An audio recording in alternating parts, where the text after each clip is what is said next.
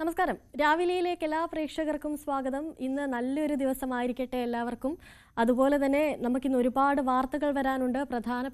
പ്രധാനമായും ധർമ്മസ്ഥലയിലേക്ക്, അതുപോലെ തന്നെ ധർമ്മസ്ഥലയിലെ രഹസ്യങ്ങൾ നമുക്കറിയാനുണ്ട്. ഒരുപാട് രഹസ്യങ്ങൾ ഇനി പുറത്തു വരേണ്ടതുണ്ട്. ഇന്നും തെരച്ചിൽ നടക്കുമെന്ന് തന്നെയാണ് പ്രതീക്ഷിക്കുന്നത്. അതുപോലെ തന്നെ മറ്റ് ഒരുപാട് വാർത്തകളിലേക്ക് നമുക്ക് കടക്കേണ്ടതുണ്ട്. ആദ്യം നമുക്ക് പ്രധാന വാർത്തകളിലേക്ക് പോകാം.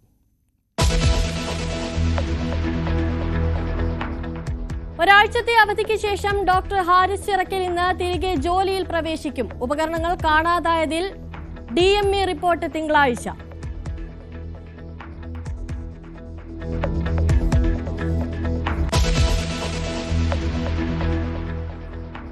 TP സിന്ധുമോളുടെ കടുത്ത വിമർശനത്തോടെ BJP കോർ കമ്മിറ്റി രൂപീകരണം വിവാദത്തിൽ വനിതാ പ്രാതിനിധ്യം കുറവെന്ന ആക്ഷേപം.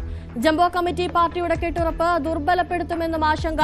ഭാരവാഹികളിൽ നായർ സമുദായക്കാരെ കുത്തിനിറച്ചെന്നും വിമർശനം.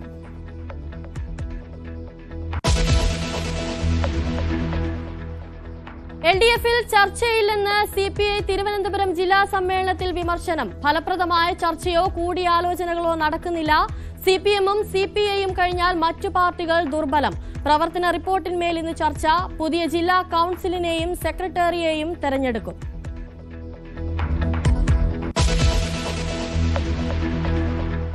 ട്രംപ് പുടിൻ നിർണായക കൂടിക്കാഴ്ച അടുത്ത വെള്ളിയാഴ്ച. കൂടിക്കാഴ്ച പുടിൻ ഇന്ത്യ സന്ദർശിക്കാനിരിക്കെ യുക്രൈനുമായുള്ള യുദ്ധം അവസാനിപ്പിക്കാൻ ധാരണയായേക്കും. ഇന്ത്യ അടുത്ത പങ്കാളിയെന്നും ട്രംപ്.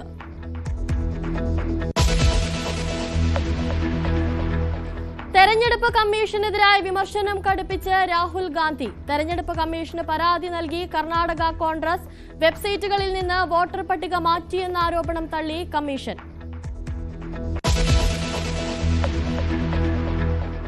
ഗസ നഗരം പിടിച്ചെടുക്കാനുള്ള നെതന്യാഹുവിന്റെ നീക്കത്തിൽ ജർമ്മനിക്ക് എതിർപ്പ്. ഇസ്രായേലിലേക്കുള്ള സൈനികോപകരണങ്ങളുടെ കയറ്റുമതി നിർത്തിവെക്കുന്നതായി ജർമ്മനി.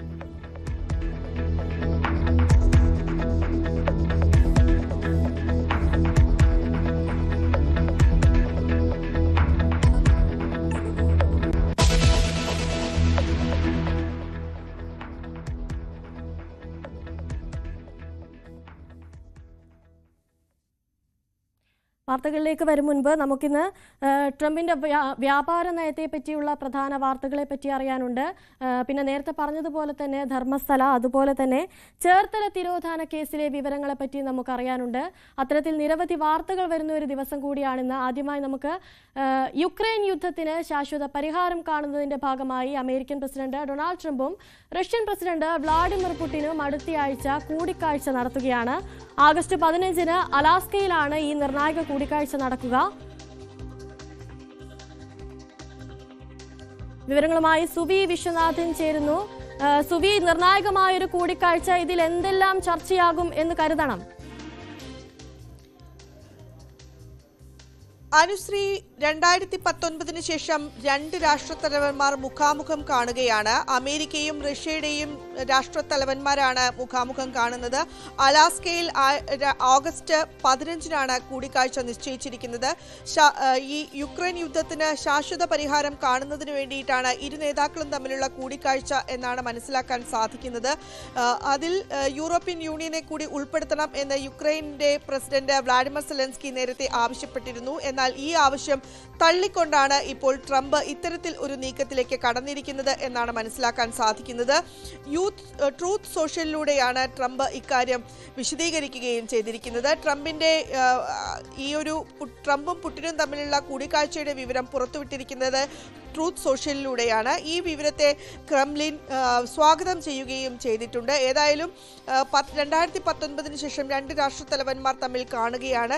ഇതിൽ പ്രധാനമായി വരുന്നത് യുക്രൈൻ റഷ്യ സമാധാന ഉച്ചകോടി, സമാധാന കരാറായിരിക്കും എന്നാണ് നമുക്ക് അറിയാൻ സാധിക്കുന്നത്. ഒപ്പം നമുക്ക് എടുത്തു പറയേണ്ട ഒരു കാര്യം, ക്രിമിയ എന്നൊരു പ്രവിശ്യ യുക്രൈൻ ഉണ്ടായിരുന്നു. ആ പ്രവിശ്യ നേരത്തെ 2013 റഷ്യ കൈയടക്കുകയും ചെയ്തിരുന്നു. അതുമായി ബന്ധപ്പെട്ട് ഒരു കരാർ ഉണ്ടാക്കാനുള്ള ഒരു തീരുമാനവും ഇതുമായി ബന്ധപ്പെട്ട് ഉണ്ട് എന്നൊരു സൂചനയാണ് ലഭിക്കുന്നത്.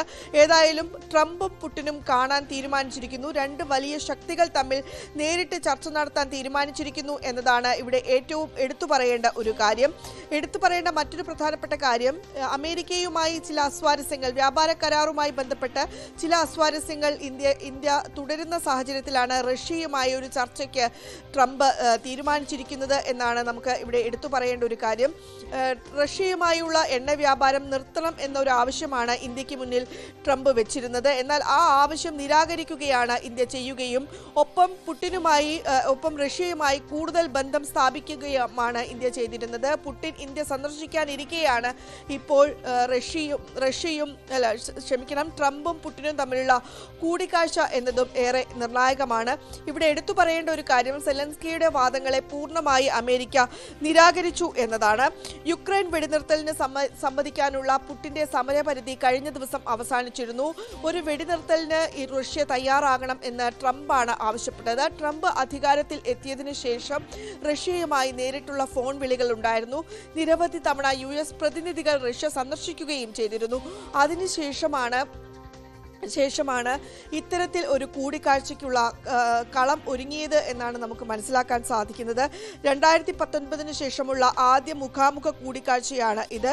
യുക്രൈൻ വെടിനിർത്തലിന് സമ്മതിക്കാൻ വേണ്ടി ഒരു സമയപരിധിയും ട്രംപ് നിശ്ചയിച്ചിരുന്നു. ആ സമയപരിധി ഓഗസ്റ്റ് 8 അവസാനിക്കുകയും ചെയ്തിരുന്നു. അതിനുശേഷം പ്രത്യേകിച്ച് പ്രസ്താവനകളോ പ്രഖ്യാപനങ്ങളോ ഒന്നും തന്നെ വന്നില്ല. ഏതായാലും ഈ യുക്രൈൻ യുദ്ധത്തിൽ നിർണായകമായ ഒരു മുന്നേറ്റം കൈവരിക്കാൻ റഷ്യക്ക് സാധിച്ചിരുന്നില്ല. പക്ഷേ 20% പ്രദേശം, യുക്രൈന്റെ പ്രദേശം റഷ്യ കൈയടക്കുകയും ചെയ്ത ഒരു സാഹചര്യമുണ്ട്. ഈ സാഹചര്യത്തിൽ കൂടിയാണ് ഒരു സമാധാന ഉടമ്പടിയിലേക്ക് കാര്യങ്ങൾ കടക്കുന്നത് എന്നാണ് നമുക്ക് മനസ്സിലാക്കാൻ സാധിക്കുന്നത്. ഏതായാലും അമേരിക്കയിലെ അലാസ്കയിലാണ് കൂടിക്കാഴ്ച എന്നത് ഏറെ നിർണായകം കൂടിയാണ്. ഒപ്പം തന്നെ ഈ റഷ്യയിലേക്ക് ട്രംപിനെ ക്ഷണിച്ചുകൊണ്ട് റഷ്യയുടെ ഒരു സ്റ്റേറ്റ്മെന്റും ഇപ്പോൾ പുറത്തു വന്നിട്ടുണ്ട്. അടുത്ത ഉച്ചകോടി മോസ്കോയിൽ നടത്തണം എന്നൊരു ആവശ്യമാണ് റഷ്യ മുന്നോട്ട് വെച്ചിരിക്കുന്നത്. ഏതായാലും ഇതിനോട് വൈറ്റ് ഹൗസ് പ്രതികരിച്ചിട്ടില്ല. അടുത്ത കൂടിക്കാഴ്ച മോസ്കോയിൽ നടത്തണം എന്നതിനോട് പ്രതികരിച്ചിട്ടില്ല. ഏതായാലും ഒബാമയാണ് അവസാനമായി റഷ്യ സന്ദർശിച്ച US പ്രസിഡന്റ്. 2013 തുടർന്ന്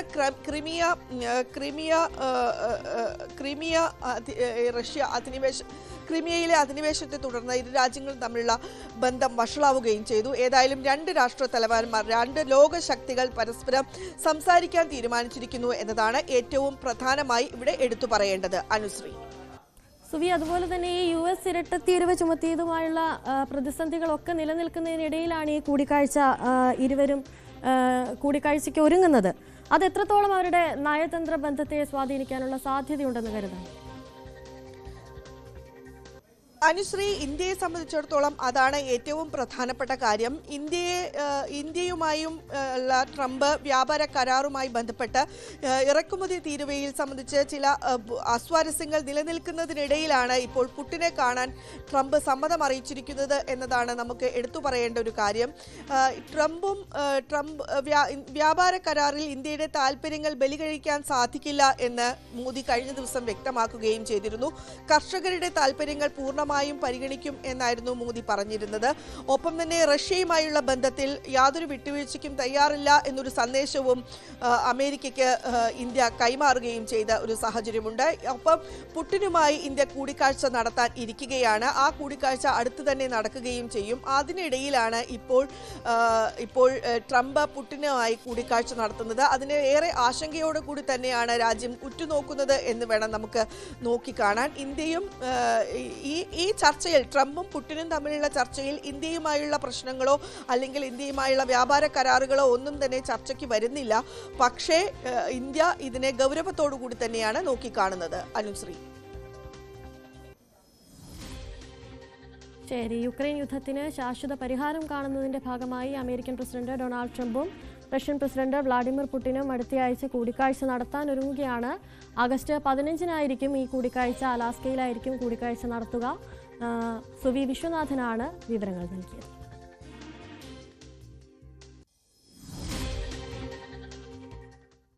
മറ്റു വാർത്തയിലേക്ക് പോകുമ്പോൾ റഷ്യൻ എണ്ണ ഇറക്കുമതി പ്രധാന ചർച്ചാ വിഷയമായി തുടരുന്ന ഈ സാഹചര്യത്തിൽ പ്രധാനമന്ത്രി നരേന്ദ്രമോദി റഷ്യൻ പ്രസിഡന്റ് വ്ളാഡിമിർ പുടിനുമായി ടെലിഫോണിൽ ചർച്ച നടത്തി. ഇന്ത്യ റഷ്യ പങ്കാളിത്തം കൂടുതൽ ആഴത്തിലാക്കാനുള്ള പ്രതിബദ്ധത വീണ്ടും ഉറപ്പിച്ചു എന്ന് മോദി എക്സിൽ പോസ്റ്റ് ചെയ്തിട്ടുണ്ട്. ഈ വർഷം അവസാനം ഇന്ത്യയിൽ പ്രസിഡന്റ് പുടിൻ ആതിഥേയത്വം വഹിക്കാൻ ആഗ്രഹിക്കുന്നുവെന്നും പ്രധാനമന്ത്രി വ്യക്തമാക്കി. ഗാസ പിടിച്ചെടുക്കുമെന്ന പ്രഖ്യാപനത്തിൽ വലിയ വിമർശനങ്ങൾ ഉയർന്ന സാഹചര്യത്തിൽ നിലപാട് മയപ്പെടുത്തി ഇസ്രയേൽ. ഗാസ പിടിച്ചെടുക്കുന്നതല്ല, പലസ്തീൻ ജനതയെ ഭീകരവാദികളിൽ നിന്ന് മോചിപ്പിക്കാനാണ് ശ്രമമെന്നാണ് ബെഞ്ചമിൻ നെതന്യാഹുവിന്റെ പ്രതികരണം. വിഷയത്തിൽ രാജ്യത്തിനകത്തും പശ്ചിമേഷ്യയിലും വിവിധ ലോകരാജ്യങ്ങളും ഇസ്രയേലിനോട് പ്രതിഷേധം അറിയിച്ചിരുന്നു. ഇതേസമയം ഗാസ നഗരത്തിന്റെ അതിർത്തിയിൽ ഇസ്രയേൽ സേന തമ്പടിക്കുന്ന സാറ്റലൈറ്റ് ചിത്രങ്ങൾ പുറത്തുവരികയാണ്. വിവരങ്ങളുമായി അഭിലാഷ് രാധാകൃഷ്ണൻ ചേരുന്നു. അഭിലാഷ്, എന്തൊക്കെയാണ് കൂടുതലായി ലഭിക്കുന്ന വിവരങ്ങൾ? അനുശ്രീ, കഴിഞ്ഞ ദിവസമാണ് ഇസ്രായേൽ ഇതുപോലൊരു തീരുമാനമെടുക്കുന്നത്. അതായത് ഗാസ ഇസ്രായേൽ പിടിച്ചടക്കാനുള്ളൊരു നീക്കം അവർ നടത്തുന്നു. അവിടുത്തെ ഇസ്രായേലിൻ്റെ പ്രതിരോധ മന്ത്രാലയം അതിന് സൈന്യത്തിന് അനുമതി കൊടുക്കുന്നു. അതുപ്രകാരം ഇസ്രായേലിൻ്റെ സൈന്യം നഹാൽ ഓസ് എന്ന് പറയുന്ന ഒരു ക്രോസ് ഫെയർ ഉണ്ട് ഗാസ നഗരത്തിൻ്റെ 2 മൈൽ ഇപ്പുറത്ത്. അവിടെ നൂറുകണക്കിന് സൈനികരും നൂറുകണക്കിന് വാഹനങ്ങളുമായി ഇസ്രായേൽ സൈന്യം തമ്പടിച്ചിരിക്കുന്ന ഒരു കാഴ്ച സാറ്റലൈറ്റ് ഇമേജ് പുറത്തു വന്നിരുന്നു. അതിന് പിന്നാലെ തന്നെ ലോകരാജ്യങ്ങൾ വലിയ രീതിയിൽ ഇസ്രായേലിനെതിരെ രംഗത്തെത്തി. ഫ്രാൻസ്, അയർലൻഡ്, കാനഡ തുടങ്ങിയിട്ടുള്ള പ്രധാനപ്പെട്ട രാജ്യങ്ങൾ, അതുപോലെ പശ്ചിമേഷ്യൻ രാജ്യങ്ങളായ സൗദി അറേബ്യ, ഖത്തർ തുടങ്ങിയിട്ടുള്ള UAE തുടങ്ങിയിട്ടുള്ള പ്രധാനപ്പെട്ട ലോകരാജ്യങ്ങളെല്ലാം ഇസ്രായേലിനെതിരെ രംഗത്തുന്നു. അവർ പറയുന്നത് ഇസ്രായേൽ ഗാസ പിടിച്ചെടുക്കുന്നത് ഒരു തരത്തിലും പശ്ചിമേഷ്യയിലോ അല്ലെങ്കിൽ ലോകരാജ്യങ്ങൾക്കിടയിലോ ഒരു സമാധാനം കൊണ്ടുവരില്ല. പകരം അവിടെ കൂടുതൽ കാര്യങ്ങൾ പ്രശ്നത്തിലേക്ക് കടക്കുകയുള്ളൂ. ഇപ്പോൾ തന്നെ ഗാസയിൽ വലിയ രീതിയിലുള്ള ഹ്യൂമാനിറ്റേറിയൻ ക്രൈസിസ് നടക്കുന്നുണ്ട്. അവിടെ ആൾക്കാരെ കൊല്ലുന്നുണ്ട്, വംശഹത്യയാണ് ഇസ്രായേൽ നടത്തുന്നത് തുടങ്ങിയിട്ടുള്ള വലിയ രീതിയിലുള്ള വിമർശനങ്ങൾ ലോകരാജ്യങ്ങൾ, സൗദി അറേബ്യ അടക്കമുള്ള ലോകരാജ്യങ്ങൾ ഇസ്രായേലിനെതിരെ കഴിഞ്ഞ ദിവസം ഉന്നയിച്ചിരുന്നു. അതുകൂടാതെ ഏറ്റവും കടുത്ത നടപടിയെടുത്തത് ജർമ്മനിയാണ്. ഇക്കാര്യത്തിൽ അമേരിക്ക കഴിഞ്ഞാൽ ഇസ്രായേലിന് ഏറ്റവും കൂടുതൽ ആയുധം നൽകുന്ന രാജ്യമാണ് ജർമ്മനി. ഇന്നലെ ഒരു പ്രധാനപ്പെട്ട ഒരു തീരുമാനമെടുത്തത് ഇസ്രായേലിന് ഇനി ആയുധങ്ങൾ നൽകുന്നില്ല എന്നുള്ളൊരു തീരുമാനത്തിലേക്ക് ജർമ്മനി ഒരു നിലപാടെടുത്തു. അതുപോലെ തന്നെ ഫ്രാൻസ്, അയർലൻഡ്, കാനഡ തുടങ്ങിയ രാജ്യങ്ങൾ ഇസ്രായേലിൻ്റെ ഈ നീക്കത്തിനെതിരെ അതിശക്തമായ രംഗത്തെത്തി. ഒരു തരത്തിലും ഇസ്രായേലിൻ്റെ ഈ നീക്കം ഇസ്രായേലിനോ ഗാസയ്ക്കോ മറ്റ് ലോകരാജ്യങ്ങൾക്കോ ഗുണകരമാവുന്നതല്ല. ഒരു തരത്തിലും ഈ ഒരു നീക്കത്തിൽ നിന്ന് ഇസ്രായേൽ പിന്തിരിയണം, അല്ലെങ്കിൽ കടുത്ത നിലപാടെടുക്കും എന്നുള്ളതാണ് ഈ ലോകരാജ്യങ്ങളെല്ലാം കഴിഞ്ഞ ദിവസം ഇസ്രായേലിനെ അറിയിച്ചത്. അതുപോലെ തന്നെ രാജ്യത്തിനകത്തു നിന്നും വലിയ രീതിയിലുള്ള പ്രതിഷേധമാണ് ബെഞ്ചമിൻ നെതന്യാഹുവിനും അതുപോലെ തന്നെ അദ്ദേഹത്തിൻ്റെ ഭരണകൂടത്തിനുമെതിരെ രാജ്യത്തിനകത്ത് നിന്നുണ്ടാവുന്നത്. പ്രത്യേകിച്ച് ഹമാസ് പിടിച്ചുകൊണ്ടുപോയ ഹോസ്റ്റേജസ്, ബന്ദികളാക്കപ്പെട്ട ആൾക്കാരുടെ ബന്ധുക്കൾ രാജ്യത്തിനകത്ത് കനത്ത പ്രതിഷേധമാണ് നടത്തുന്നത്. ഇന്നലെ പ്രതിരോധ മന്ത്രി ഇസ്രായേൽ കാറ്റ്സിൻ്റെ വീടിന് മുന്നിൽ വലിയ രീതിയിലുള്ള പ്രതിഷേധങ്ങളുണ്ടായി. അതുപോലെ തന്നെ മുൻ പ്രധാനമന്ത്രി എഹൂദ്, അദ്ദേഹവും വലിയ രീതിയിലുള്ള പ്രതിഷേധമാണ് സർക്കാരിനെതിരെ ഉന്നയിച്ചത്. ഇത് ഒരിക്കലും ഇസ്രായേലിൻ്റെ സുരക്ഷയ്ക്ക് വേണ്ടിയിട്ടുള്ള ഒരു നീക്കമല്ല പ്രധാനമന്ത്രിയും ഭരണകൂടവും നടത്തുന്നത്. പകരം ഇപ്പോൾ നിലവിൽ ബെന്യാമിൻ നെതന്യാഹുവിനെതിരെ ഉണ്ടായ കേസുകൾ കൂടുതൽ കോടതിയിലേക്ക് പോകാതിരിക്കാനും അതിൽ നിന്ന് രക്ഷപ്പെടാനും വേണ്ടിയിട്ടുള്ള ഒരു ശ്രമമാണ് നടത്തുന്നത് ഇത് ഒരിക്കലും ഇപ്പോൾ ഇസ്രായേലിൻ്റെ നീക്കം ഒരു തരത്തിലും രാജ്യത്തിനോ രാജ്യത്തെ ജനങ്ങൾക്കോ ഗാസയ്ക്കോ പലസ്തീനോ ഒരു തരത്തിലുള്ള ഗുണവും ഉണ്ടാക്കുന്നില്ല എന്നുള്ള ഒരു കാര്യമാണ് യഹൂദ് ഇന്നലെ പറഞ്ഞത്. അതോടുകൂടി തന്നെ വലിയ രീതിയിൽ സമ്മർദ്ദം തങ്ങൾക്ക് മേൽ വന്നതോടുകൂടി തന്നെ നിലപാട് ചെറിയ രീതിയിൽ മയപ്പെടുത്തിയിരിക്കുകയാണ് ഇസ്രായേൽ പ്രധാനമന്ത്രി ബെന്യാമിൻ നെതന്യാഹു. അദ്ദേഹം പറയുന്നത്, നമ്മൾ ഒരിക്കലും ഇസ്രായേലിനെ പിടിച്ചടക്കി ഗാസയെ പിടിച്ചടക്കി ഇസ്രായേലിൻ്റെ ഭാഗമാക്കാനുള്ളൊരു നീക്കമല്ല. പകരം ഗാസയെ തീവ്രവാദികളിൽ നിന്ന്, ഭീകരവാദികളിൽ നിന്ന് രക്ഷിച്ച് അവരെ സ്വതന്ത്രരാക്കി ഏതെങ്കിലും ഒരു സൗഹൃദ മുസ്ലിം രാഷ്ട്രത്തിന് കൈമാറുക എന്നുള്ളതാണ് തങ്ങളുടെ ലക്ഷ്യമെന്നാണ് ഇപ്പോൾ ഏറ്റവും അവസാനമായിട്ടുള്ള ഒരു നിലപാട് പ്രഖ്യാപിച്ചിരിക്കുന്നത് ബെന്യാമിൻ നെതന്യാഹു. അദ്ദേഹം പറയുന്നത് ഇതുപോലെ ഹമാസ്, പലസ്തീനിയൻ അതോറിറ്റി, ഹിസ്ബുള്ള തുടങ്ങിയിട്ടുള്ള എല്ലാ ഭീകര സംഘടനകളെയും പലസ്തീനിൽ നിന്ന് ഗാസയിൽ നിന്ന് പുറത്താക്കി അവരെ എല്ലാം നശിപ്പിച്ചിട്ട് അവിടെ ഒരു സ്വാതന്ത്ര്യം നേടിക്കൊടുക്കുക എന്നുള്ളതാണ് തങ്ങളുടെ ഉദ്ദേശം എന്നുള്ളതാണ് ഈ ബെന്യാമിൻ നെതന്യാഹു പറയുന്നത്. അതുകൂടാതെ മറ്റൊരു കാര്യം കൂടെ പറയുന്നത്, ജർമ്മനി ഇപ്പോൾ തങ്ങളുടെ മേൽ ഏർപ്പെടുത്തിയ ആയുധ ഉപരോധം അത് എത്രയും പെട്ടെന്ന് നീക്കണം. അത്തരത്തിലുള്ള ആയുധ ഉപരോധം ഒരിക്കലും ഇരു രാജ്യങ്ങൾക്കും ഗുണമാകുന്ന തരത്തിലല്ല എന്നുള്ളതാണ് ബെന്യാമിൻ നെതന്യാഹു ഇപ്പോൾ പറഞ്ഞിരിക്കുന്നത്. എന്തായാലും നമുക്ക് മനസ്സിലാകുന്നത് ലോകരാജ്യങ്ങളുടെ ഇപ്പോൾ കടുത്ത ശക്തമായ ഇപ്പോഴത്തെ നിലപാട്, ഇസ്രായേലിനെതിരായി എടുത്ത നിലപാട്, അവരെല്ലാം ഒറ്റക്കെട്ടായി നിന്നതോടുകൂടി ഇപ്പോൾ ഒരു പിന്തിരിയുന്ന ഒരു നിലപാടിലേക്ക്, അല്ലെങ്കിൽ ഗാസയെ പിടിച്ചെടുക്കാനുള്ള ഒരു നീക്കം, അതിൽ നിന്ന് പിന്തിരിയാനുള്ള ഒരു നീക്കത്തിലേക്കാണ് പോകുന്നത്. പക്ഷേ ഇപ്പോഴും പറയുന്നത് ഇവരുടെ പിടിച്ചെടുക്കുക എന്നുള്ളൊരു വാക്ക് മാത്രമാണ് ഇസ്രായേൽ പിൻവലിച്ചിരിക്കുന്നത്. പകരം ഗാസയെ മോചിപ്പിക്കുക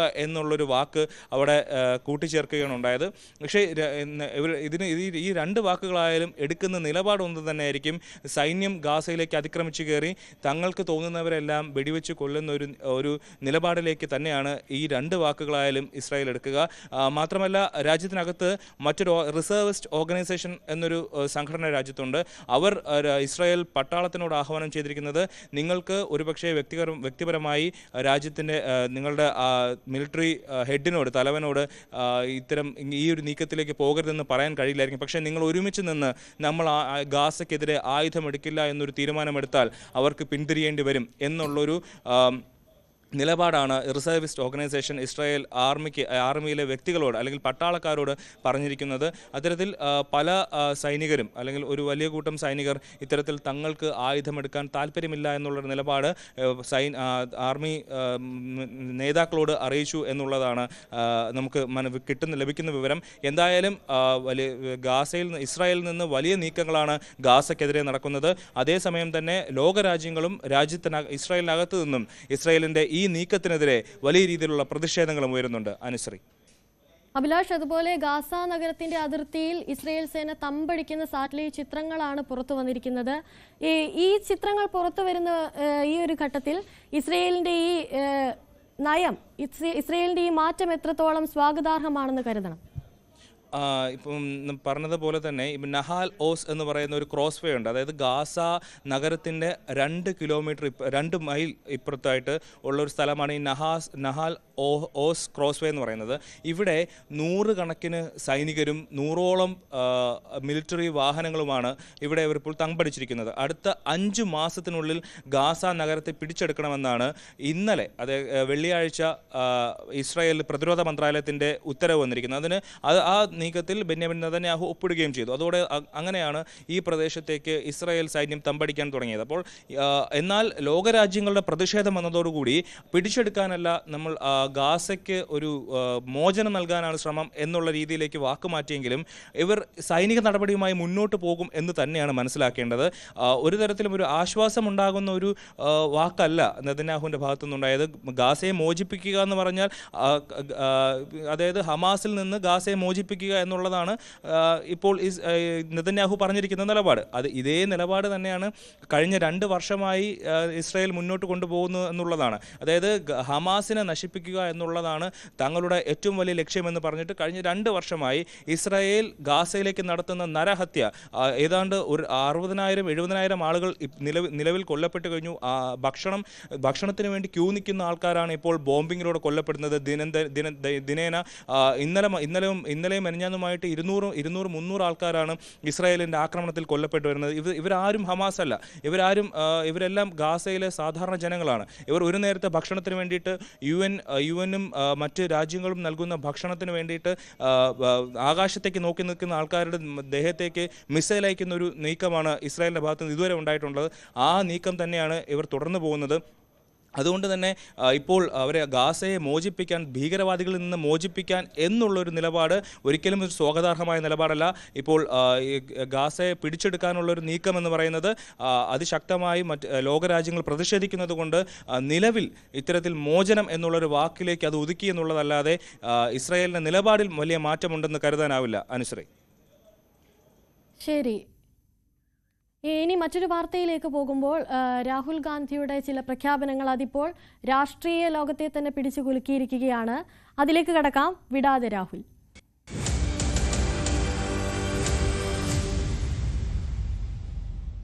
തെരഞ്ഞെടുപ്പ് നടത്തിപ്പിലെ ക്രമക്കേടും അതേ തുടർന്ന് രാഹുൽ നടത്തിയ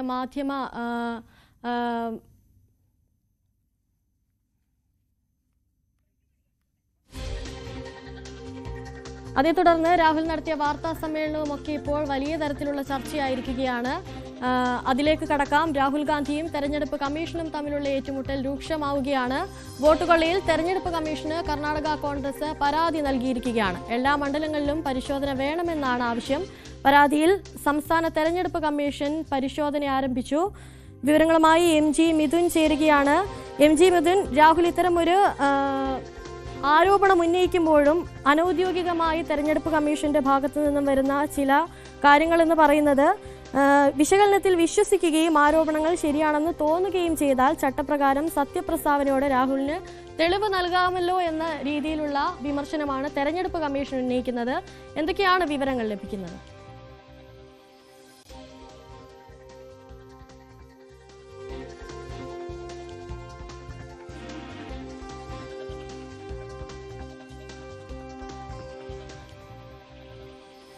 അനുശ്രീ, കഴിഞ്ഞ ദിവസങ്ങളിൽ രാഹുൽ ഗാന്ധി ഉന്നയിച്ച ഈ ആരോപണങ്ങളിൽ തെരഞ്ഞെടുപ്പ് കമ്മീഷൻ ചില കാര്യങ്ങൾ മുന്നോട്ട് വെച്ചിരുന്നു. അതായത് ഇതിൽ തെളിവ് സഹിതം പരാതി നൽകണമെന്നുള്ളൊരു ആവശ്യമായിരുന്നു. പക്ഷേ ഇതുവരെയും പരാതി നൽകിയില്ല എന്നുള്ള രീതിയിലുള്ള പരാമർശങ്ങളായിരുന്നു തെരഞ്ഞെടുപ്പ് കമ്മീഷന്റെ ഭാഗത്തുനിന്നും ഉണ്ടാവുകയും ചെയ്ത്.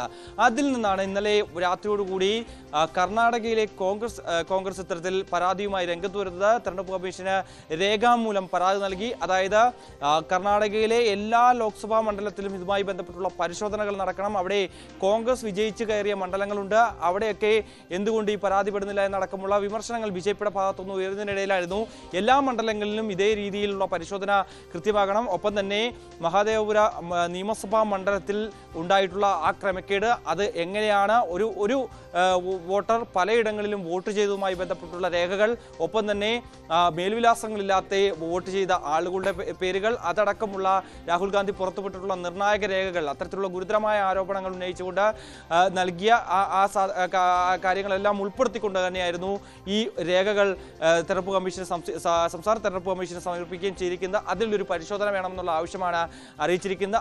അതിന്മേലുള്ള പരിശോധന തെരഞ്ഞെടുപ്പ് കമ്മീഷൻ ആരംഭിച്ചിരിക്കുന്നു എന്ന് തന്നെ നമുക്ക് കരുതേണ്ടിയിരിക്കുന്നു. ഒപ്പം തന്നെ ചില ചോദ്യങ്ങൾ കൂടി രാഹുൽ ഗാന്ധി മുന്നോട്ട് വെച്ചിരുന്നു. 5ഓളം ചോദ്യങ്ങൾ മറുപടി നൽകണം തെരഞ്ഞെടുപ്പ് കമ്മീഷൻ എന്നുള്ള രീതിയിൽ ചില കാര്യങ്ങൾ ഉന്നയിച്ചിരുന്നു. പക്ഷേ അതിന് ഇതുവരെയും ഒരു മറുപടി തെരഞ്ഞെടുപ്പ് കമ്മീഷന്റെ ഭാഗത്ത് നിന്ന് വരുന്നില്ല എന്നുള്ളത് തന്നെയാണ്. അതായത് ഈ ആരോപണങ്ങളിൽ എല്ലാം പൂർണ്ണമായും തെറ്റാണ് എന്ന് ആവർത്തിക്കുകയാണ് തെരഞ്ഞെടുപ്പ് കമ്മീഷൻ ഇപ്പോഴും ചെയ്യുന്നത് എന്നുള്ളത് തന്നെയാണ്. തെളിവുകൾ ശരിയെങ്കിൽ പ്രതിജ്ഞാപത്രത്തിൽ ഒപ്പിട്ട് രേഖാമൂലം പരാതി നൽകാൻ രാഹുൽ തയ്യാറാകണമെന്നാണ് ഇപ്പോഴും തെരഞ്ഞെടുപ്പ് കമ്മീഷൻ ആവർത്തിച്ച് പറഞ്ഞുകൊണ്ടിരിക്കുന്നത്. അതായത് ഒരു രാജ്യദ്രോഹ കുറ്റം നടക്കുന്നു എന്നടക്കമുള്ള വീഡിയോയിൽ രാഹുൽ ഗാന്ധി ആരോപിച്ചിരുന്നു. ഈ ബീഹാറിലെ FIRൽ തെരഞ്ഞെടുപ്പ് കഴിഞ്ഞ് പരാതി നൽകാൻ രാഹുൽ കാത്തിരിക്കുകയാണ് എന്നുള്ളതടക്കമുള്ള സൂചനകൾ ഉണ്ടായിരുന്നു. ഒപ്പം തന്നെ കഴിഞ്ഞ ദിവസം ഇതേ മണ്ഡലത്തിൽ, അതായത് ഈ ആരോപണങ്ങളിൽ നിരയിച്ചു നിന്ന ഈ മഹാദേവപുരം ഉൾപ്പെടുന്ന ബംഗളൂരു സെൻട്രൽ മണ്ഡലത്തിലായിരുന്നു ഇന്നലെ മഹാറാലി സംഘടിപ്പിക്കുകയും ചെയ്തത്. അതിലൊക്കെ വലിയ രീതിയിലുള്ള രൂക്ഷമായ വിമർശനമായിരുന്നു BJPക്കെതിരെയും ഒപ്പം തന്നെ തെരഞ്ഞെടുപ്പ് കമ്മീഷനെതിരെയും രാഹുൽ ഗാന്ധി ഉന്നയിക്കുകയും ചെയ്തു. മറ്റ് നേതാക്കളും സമാനമായ രീതിയിൽ ഉന്നയിക്കുകയും ചെയ്ത് എന്തായാലും തിങ്കളാഴ്ച ഈ വിഷയത്തിൽ തെരഞ്ഞെടുപ്പ് കമ്മീഷന്റെ ആസ്ഥാനത്തേക്ക് ഇന്ത്യ സഖ്യം മാർച്ച് നടത്താൻ പോവുകയാണ്. അപ്പോൾ കൂടുതൽ തലത്തിലേക്ക് ഒരു പ്രതിഷേധം മാറുകയാണ് എന്നുള്ളതാണ്. ഒപ്പം തന്നെ ഇതിൽ നിയമ നടപടി അടക്കമുള്ള കാര്യങ്ങളിലേക്ക് കടക്കാനുള്ള ആലോചനയും ഇപ്പോൾ കോൺഗ്രസിന്റെ ഭാഗത്തുനിന്നും ഒപ്പം തന്നെ ഇന്ത്യ സഖ്യത്തിന്റെ ഭാഗത്തുനിന്നും ഒക്കെ ഉണ്ടാകുന്നുണ്ട്. നിയമോപദേശം ലഭിച്ചതിന് ശേഷം മാത്രം നിയമ നടപടികളിലേക്ക് കടന്നാൽ മതി എന്നുള്ളൊരു തീരുമാനത്തിലേക്കാണ് എത്തിയതെന്നാണ് നമുക്ക് മനസ്സിലാക്കാൻ സാധിക്കുന്നത്. കാരണം മുൻകാലങ്ങളിലൊക്കെ സുപ്രീം കോടതിയെ പല വിഷയങ്ങളും, റഫേൽ അടക്കമുള്ള വിഷയങ്ങളിൽ സമീപിച്ചപ്പോൾ ഉണ്ടായിട്ടുള്ള മറുപടികൾ, സുപ്രീം കോടതിയുടെ വിമർശനങ്ങൾ അതെല്ലാം മുന്നിൽ നിൽക്കുന്നുണ്ട്. അതുകൊണ്ട് തന്നെ ആദ്യം ജനങ്ങളിലേക്ക് ഇത് എത്തിക്കുക എന്നുള്ളൊരു നടപടിയായിരുന്നു രാഹുൽ ഗാന്ധിയുടെ ഭാഗത്തുനിന്നും ഉണ്ടായത്. എന്തായാലും ഇത്രയും വലിയ ഗുരുതരമായിട്ടുള്ള ഒരു ആരോപണം, വളരെ ഗുരുതരമായ തെളിവുകൾ നിരത്തിക്കൊണ്ടുള്ള ആ ഒരു രീതിയിലുള്ള അദ്ദേഹത്തിൻ്റെ വാർത്താ സമ്മേളനം, അതെല്ലാം തന്നെ നിലച്ചു നിൽക്കുന്ന ഒരു സാഹചര്യം, അത് ജനങ്ങളിലേക്ക് എത്തിക്കാൻ സാധിച്ചിട്ടുണ്ട് എന്ന് തന്നെയാണ് കോൺഗ്രസ് വൃത്തങ്ങൾ കരുതുകയും ചെയ്യുന്നത്. എന്തായാലും ഇനിയുള്ള നടപടി എന്ന് പറയുന്നത് തെരഞ്ഞെടുപ്പ് കമ്മീഷൻ എന്ത് നിലപാട് ഇക്കാര്യത്തിൽ സ്വീകരിക്കും, ഈ പരാതിയിൽ മേൽ എന്ത് അന്വേഷണം നടത്തും, അതിനുശേഷം നടക്കാൻ പോകുന്ന നിയമ നടപടികൾ അതെങ്ങനെയായിരിക്കും എന്നുള്ളതൊക്കെയാണ് ഇനി കണ്ടറിയേണ്ടിയിരിക്കുന്നത്. മിഥുൻ, ഈ തെരഞ്ഞെടുപ്പ് കമ്മീഷന്റെ എതിർപ്പ് നിലനിൽക്കുമ്പോൾ തന്നെ 11-ാം തീയതി ചേരുന്ന AICC യോഗത്തിൽ എന്തൊക്കെ തീരുമാനങ്ങളായിരിക്കും ഉണ്ടാവുക എന്ന് കരുതണം? സ്വാഭാവികമായും ഈ വിഷയത്തിൽ നേരത്തെ തന്നെ ചർച്ചകൾ ഉണ്ടായിരുന്നു എന്നുള്ളതാണ്. കാരണം 6 മാസക്കാലമായി ഇതുമായി ബന്ധപ്പെട്ടുള്ള ചർച്ചകളിലായിരുന്നു, ഒപ്പം തന്നെ അതിൻ്റെ പഠനമായിരുന്നു. കാരണം ഒരു കുന്ന് കെട്ടോളം, ഒരു 7 അടിയോളം വരുന്ന രീതിയിലുള്ള ഹാർഡ് കോപ്പിയായിരുന്നു ഇതുമായി ബന്ധപ്പെട്ട കോൺഗ്രസിന് നൽകുകയും ചെയ്തത്. തെരഞ്ഞെടുപ്പ് കമ്മീഷൻ അത്തരത്തിൽ ഡിജിറ്റൽ രേഖകളൊന്നും തന്നെ നൽകിയിരുന്നില്ല എന്നുള്ള ചില ആരോപണങ്ങളൊക്കെ രാഹുൽ ഗാന്ധി ഉയർത്തുകയും ചെയ്തിരുന്നു. അതിൻ്റെ ആ കെട്ടുകൾ ഇങ്ങനെ നിരത്തി ഇങ്ങനെ പൊക്കത്തിൽ വെച്ചിരിക്കുന്നതൊക്കെ ദൃശ്യങ്ങളൊക്കെ അദ്ദേഹം വാർത്താ സമ്മേളനം നടത്തിയപ്പോൾ കാണിക്കുകയും ചെയ്തതാണ്. ആ വേളയിലൊക്കെ തന്നെ കൃത്യമായി ഇത് പഠിക്കുക എന്നുള്ളതായിരുന്നു. പിന്നീട് കോൺഗ്രസ് നേതൃത്വത്തെ ഇക്കാര്യം അദ്ദേഹം വിശദീകരിച്ചു. അതിനുശേഷമാണ് ഈ വാർത്താ സമ്മേളനത്തിലേക്ക് കടക്കുകയും ചെയ്തു. പിന്നീട് ഇന്ത്യ സഖ്യത്തിന്റെ യോഗം ചേർന്നപ്പോഴും സമാന സാഹചര്യം, ഒപ്പം തന്നെ ഈ ഗുരുതരമായ വീഴ്ച, ഇത് സംബന്ധിച്ചുള്ള ക്രമക്കേടുകൾ, ഒപ്പം തന്നെ വോട്ട് മോഷണം അടക്കം ഉള്ള കാര്യങ്ങളിൽ കൃത്യമായി തന്നെ ഇന്ത്യ സഖ്യത്തിലെ പ്രധാനപ്പെട്ട നേതാക്കളെയൊക്കെ തന്നെ ധരിപ്പിക്കുകയും ചെയ്തു. അവർ പൂർണ്ണ പിന്തുണ രാഹുൽ ഗാന്ധിക്ക് നൽകുകയും ചെയ്തൊരു പശ്ചാത്തലമാണ്. അതുകൊണ്ട് തന്നെ സ്വാഭാവികമായും ഈ കാര്യങ്ങളൊക്കെ വിശദമായി ചർച്ചയ്ക്ക് വരും. എന്തായാലും ഇതിൻ്റെ അടിസ്ഥാനത്തിൽ തിങ്കളാഴ്ച നടക്കാൻ പോകുന്ന മാർച്ച് അത് വളരെ നിർണായകമാണ്. അതിൽ എല്ലാ പ്രധാനപ്പെട്ട നേതാക്കളും പങ്കെടുക്കുമെന്നുള്ളത് തന്നെയാണ്. ഡൽഹിയെ സംബന്ധിച്ച് ഡൽഹിയിലെ ഈ തെരഞ്ഞെടുപ്പ് കമ്മീഷന്റെ ആസ്ഥാനത്തേക്കാണ് ഈ മാർച്ച് നടത്തുകയും ചെയ്തത്. അവിടെ വലിയ രീതിയിൽ ഈ കോൺഗ്രസ് പ്രവർത്തകരും ഒപ്പം തന്നെ ഇന്ത്യ സഖ്യത്തിൻ്റെ ഘടകകക്ഷികളുടെ പ്രവർത്തകരും ഒക്കെ അണിനിരക്കുമെന്ന് തന്നെയാണ് നമ്മൾ പ്രതീക്ഷിക്കുകയും ചെയ്യുക. അങ്ങനെ വലിയൊരു മഹാറാലിയായി മാറ്റാനുള്ള ഒരു തീരുമാനത്തിലേക്കാണ് ഇന്ത്യ സഖ്യം എത്തുകയും ചെയ്തിരിക്കുന്നത്. എന്തായാലും വലിയവിധ പ്രതിപക്ഷ പാർട്ടികളുടെയും, അതായത് ആം ആദ്മി ഒഴികെയുള്ള മറ്റ് പ്രതിപക്ഷ പാർട്ടികളുടെ ഒക്കെ പിന്തുണ ഇക്കാര്യത്തിൽ രാഹുൽ ഗാന്ധിക്കൊപ്പം തന്നെ കോൺഗ്രസിനുമുണ്ട്. അതുകൊണ്ട് തന്നെ മുന്നോട്ടുള്ള പോക്ക് അത് നിയമോപദേശത്തിന്റെ അടിസ്ഥാനത്തിൽ തന്നെയായിരിക്കും. നിയമ നടപടികളിലേക്ക് കടക്കുക എന്നുള്ളതാണ് ഇപ്പോൾ തീരുമാനിച്ചിരിക്കുന്നതാണ് നമുക്ക് ലഭ്യമാകുന്ന വിവരം. ശരി, രാഹുൽ ഗാന്ധിയും തെരഞ്ഞെടുപ്പ് കമ്മീഷനും തമ്മിലുള്ള ഏറ്റുമുട്ടൽ രൂക്ഷമാവുകയാണ്. വോട്ട് കൊള്ളയിൽ തെരഞ്ഞെടുപ്പ് കമ്മീഷന് കർണാടക കോൺഗ്രസ് പരാതി നൽകിയിരിക്കുകയാണ്. MG മിഥുനാണ് വിവരങ്ങൾ നൽകിയത്. മറ്റു വാർത്തകളിലേക്ക് പോകുമ്പോൾ TP സിന്ധുമോളുടെ കടുത്ത വിമർശനത്തോടെ BJP കോർ കമ്മിറ്റി രൂപീകരണം വലിയ വിവാദത്തിലേക്ക് കടക്കുകയാണ്. വനിതാ പ്രാതിനിധ്യം കുറഞ്ഞുപോയെന്നാണ് ആക്ഷേപം. കോൺഗ്രസിനെ പോലെ ജംബോ കമ്മിറ്റി നിലവിൽ വന്നതോടെ പാർട്ടിയുടെ കെട്ടുറപ്പ് തന്നെ ദുർബലപ്പെടുമെന്ന ആരോപണവും ശക്തമാണ്. സംസ്ഥാന ഭാരവാഹികളെ നിയോഗിച്ചപ്പോൾ നായർ സമുദായ അംഗങ്ങളെ കുത്തിനിറച്ചുവെന്ന ആരോപണമാണ് പാർട്ടി നേരിട്ടത്. CPI തിരുവനന്തപുരം ജില്ലാ സമ്മേളനത്തിൽ പ്രവർത്തന റിപ്പോർട്ടിന്മേൽ ഇന്ന് ചർച്ച നടക്കും. LDF സംവിധാനത്തിൽ ഫലപ്രദമായ ചർച്ചയോ കൂടിയാലോചനയോ ഇല്ലെന്നാണ് പ്രവർത്തന റിപ്പോർട്ടിലെ വിമർശനം. CPIയും CPMും കഴിഞ്ഞാൽ മുന്നണിയിലെ മറ്റു പാർട്ടികൾക്ക് ജില്ലയിൽ സ്വാധീനമില്ലെന്നും റിപ്പോർട്ടിൽ പറയുന്നുണ്ട്. പുതിയ ജില്ലാ കൌൺസിലിനെയും സെക്രട്ടറിയെയും ഇന്ന് തെരഞ്ഞെടുക്കും. മാങ്കോട് രാധാകൃഷ്ണൻ മാറിയാൽ വിളപ്പിൽ രാധാകൃഷ്ണൻ സെക്രട്ടറി ആകാനാണ് സാധ്യത. ജില്ലാ കൌൺസിലിലേക്ക് മത്സരത്തിനും സാധ്യതയുണ്ട്. വായിൽ തോന്നുന്ന തെറിപ്പാട്ട് പാടുന്ന വിനായകനെ കുറിച്ച് 2 വാക്കു പറയാതെ ഈ ദിനവും കടന്നു പോകാൻ കഴിയില്ല. കീബോർഡിൽ മാത്രം വിപ്ലവം നടത്തുന്ന സമരഭടനാണല്ലോ ഈ മഹാൻ. ഒരാളെ അദ്ദേഹത്തിന് ഇഷ്ടപ്പെട്ടില്ലെങ്കിൽ അയാളുടെ വീട്ടുകാരെ പോലും തെറിവിളിയിൽ നിന്ന് അദ്ദേഹം ഒഴിവാക്കാറില്ല. പാവങ്ങൾക്ക് വേണ്ടി ഈ പടത്തലവൻ ഒരു ദിവസമെങ്കിലും തെരുവിൽ മഴയോ വെയിലോ കൊണ്ടിട്ടുണ്ടോ? മാധ്യമപ്രവർത്തക, ഞങ്ങളുടെ സഹപ്രവർത്തക അപർണയെക്കുറിച്ച് എന്തെല്ലാം അസഭ്യമാണ് ഈ വിടുവായിൽ നിന്ന് വിനായകൻ പറഞ്ഞത്. വിനായക, മറുപടി അപർണ തന്നെ നൽകുകയാണ്. ഇതാ കേട്ടുകൊള്ളുക.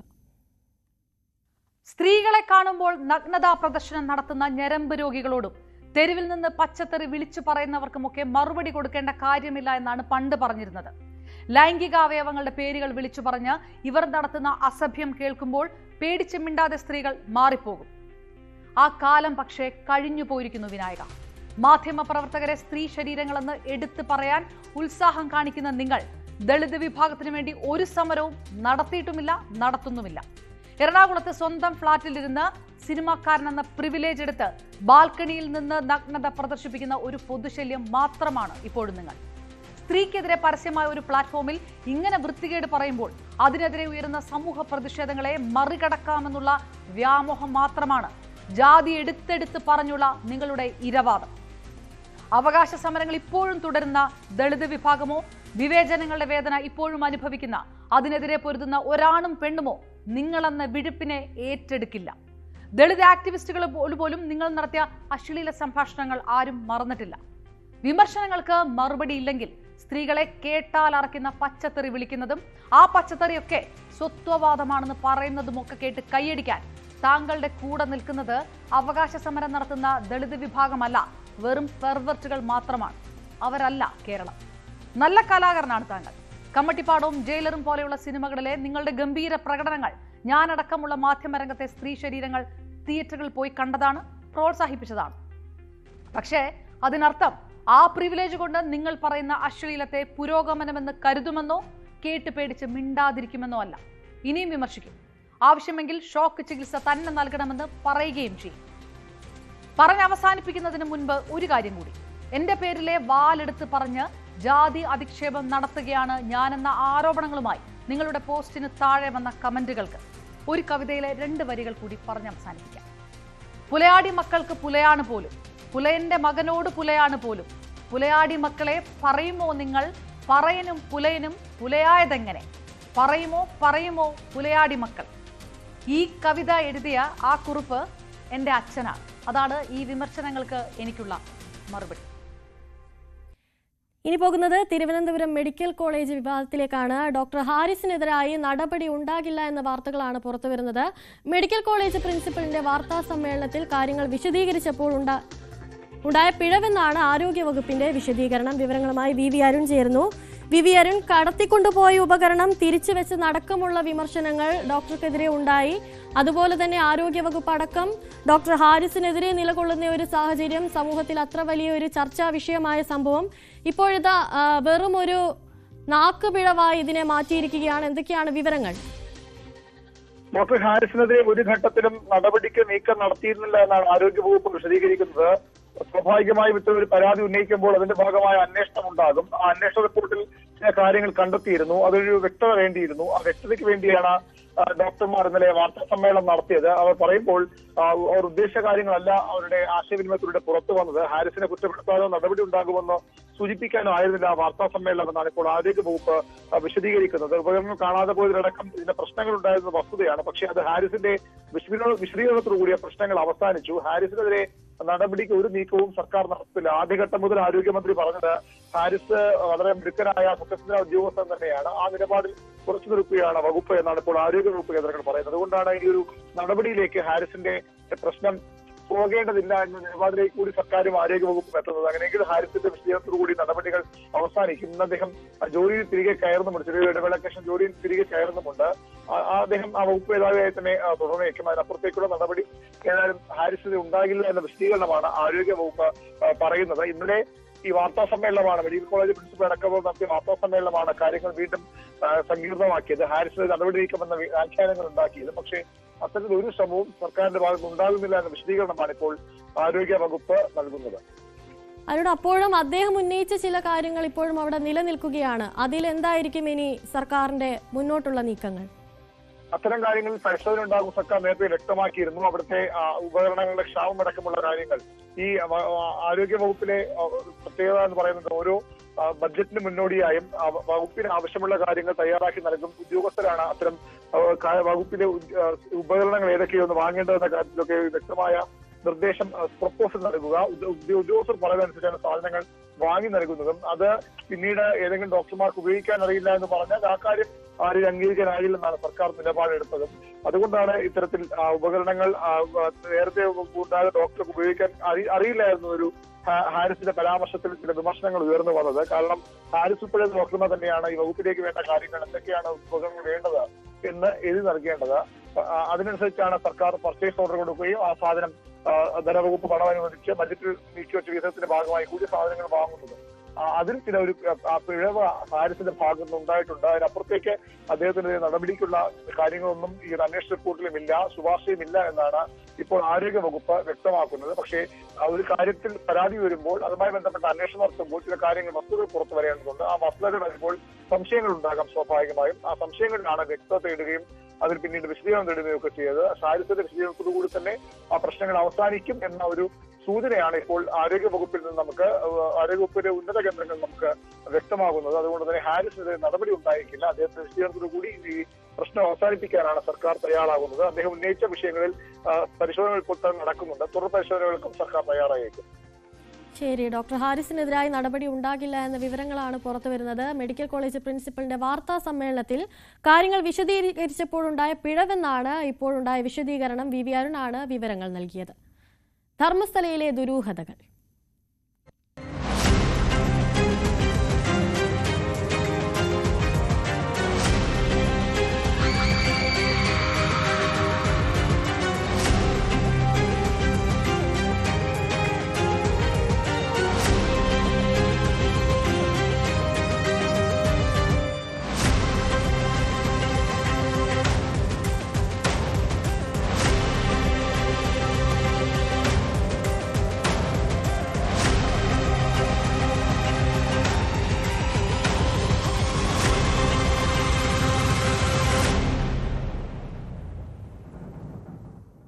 ധർമ്മസ്ഥലയിലെ കൊലപാതക പരമ്പരയിൽ നിരവധി തെളിവുകൾ ലഭിച്ചിരിക്കുകയാണ്. ഇതിൽ കേസ് അന്വേഷണത്തിൽ SITക്ക് പ്രത്യേക അന്വേഷണ സംഘത്തിന് പോലീസ് സ്റ്റേഷൻ പദവി നൽകി ആഭ്യന്തര വകുപ്പ് ഉത്തരവിറക്കി. വിചാരണ വേളയിൽ നിയമക്കുരുക്ക് ഒഴിവാക്കാനാണ് നിർണായക തീരുമാനം. അതേസമയം ധർമ്മസ്ഥലയിൽ മാർക്ക് ചെയ്ത പോയിന്റ് 13-ൽ ഗ്രൗണ്ട് പെനട്രേറ്റിംഗ് റഡാർ സംവിധാനം ഉപയോഗിച്ച് വിശദമായി പരിശോധിക്കാനാണ് SITയുടെ തീരുമാനം. KV ബൈജു ചേരുന്നുണ്ട് വിവരങ്ങളുമായി. ബൈജു, എന്തൊക്കെയാണ് കൂടുതലായി ലഭിക്കുന്ന വിവരങ്ങൾ? ഇന്നും ഇത്തരത്തിലുള്ള പരിശോധന നടക്കാൻ സാധ്യതയുണ്ടോ? എന്തൊക്കെയാണ് വിവരങ്ങൾ? തീർച്ചയായും അനുശ്രീ, ഇതിൽ നിർണായകമായൊരു തീരുമാനമാണ് ഇപ്പോൾ ആഭ്യന്തര വകുപ്പ് പുറത്തുവിട്ടിട്ടുള്ളത്. അതായത് ഈ കേസ് അന്വേഷിക്കുന്ന SITക്ക് പ്രത്യേക അധികാരം നൽകിയിരിക്കുന്നു. അതായത് ഒരു പോലീസ് സ്റ്റേഷൻ പദവി നൽകി ഉത്തരവിറങ്ങിയിരിക്കുന്നു. ഈ വിചാരണ വേളയിലൊക്കെ ഇതിൽ വലിയ തോതിലുള്ള നിയമക്കുരുക്ക് ഉണ്ടാകാനുള്ള സാധ്യതയുണ്ട്. അത്തരം നിയമക്കുരുക്ക് ഒഴിവാക്കാനാണ് ഇപ്പോൾ ഇങ്ങനെ ഒരു തീരുമാനം എടുത്തിട്ടുള്ളത്. എന്തായാലും SITയെ സംബന്ധിച്ചിടത്തോളം കൂടുതൽ തെളിവുകൾ ഈ സംഭവവുമായി ബന്ധപ്പെട്ട് ലഭിച്ചിട്ടുണ്ട് എന്നതിന്റെ ഏറ്റവും വലിയ ഉദാഹരണമാണ് ഇങ്ങനെ ഒരു നീക്കം സർക്കാരിന്റെ ഭാഗത്തുനിന്നുണ്ടായത്. അതുമാത്രമല്ല, നിലവിലെ ഈ അന്വേഷണ പുരോഗതി സംബന്ധിച്ച റിപ്പോർട്ട് SIT ആഭ്യന്തര വകുപ്പിന് കൈമാറിയിട്ടുമുണ്ട്. ആ ഒരു സാഹചര്യത്തിലാണ് ഇപ്പോൾ ഇത്തരത്തിലൊരു പോലീസ് സ്റ്റേഷനായി പ്രവർത്തിക്കുന്നത്.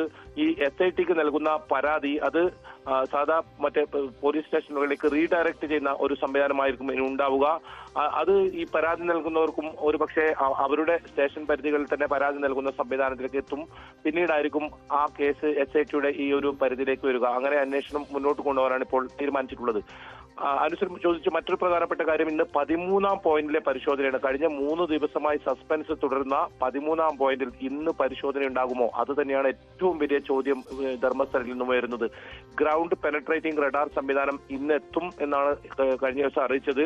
അങ്ങനെയാണെങ്കിൽ ആ ഗ്രൗണ്ട് പെനട്രേറ്റിംഗ് റഡാർ സംവിധാനം ഉപയോഗിച്ച് അവിടെ ഏതൊക്കെ ഭാഗങ്ങളിൽ മൃതദേഹാംശങ്ങളുണ്ടോ അതെല്ലാം കൃത്യമായി കണ്ടെത്തും. അതിനുശേഷമായിരിക്കും അവിടെ കുറിച്ച് പരിശോധിക്കുക. ഇന്നലെ SITയുടെ നീക്കവും വളരെ സുപ്രധാനമാണ്. വീണ്ടും ഒരു സർപ്രൈസ് സ്പോട്ട് അവിടെ പരിശോധന നടത്തുന്നു.